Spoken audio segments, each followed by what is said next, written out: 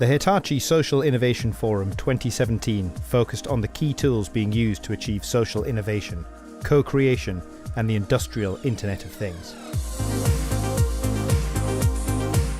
So social innovations is about people-centric capability and also about managing entire ecosystems and solving these problems from a 360-degree perspective.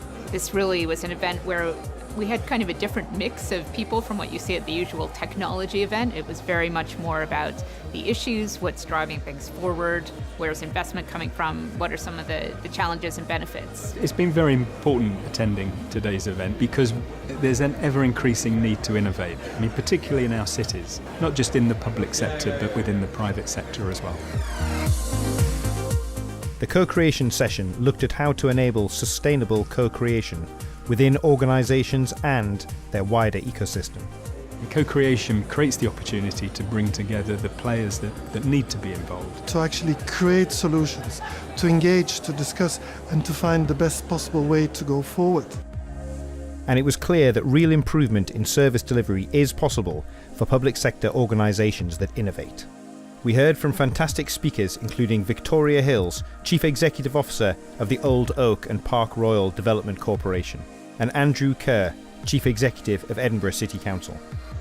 Co-creation for the public sector is an enabler. The public sector can of course help provide co-creation space. As a planning authority, we can ensure that affordable workspace is provided as part of wider commercial development. To properly fund co-creation is quite a difficult trick to turn. Actually, it needs a bit of bravery from organisations, and the government is starting to realise that and starting to fund both private and public sector organisations properly.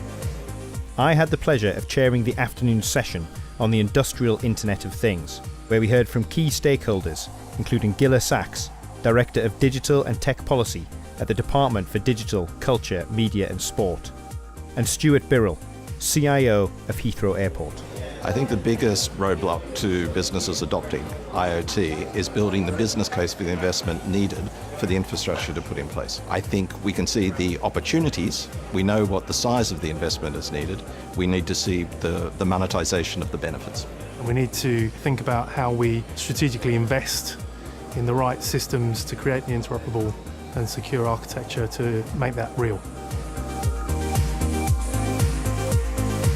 There's no doubt that the Internet of Things is transforming industry, and no business can afford to be left behind.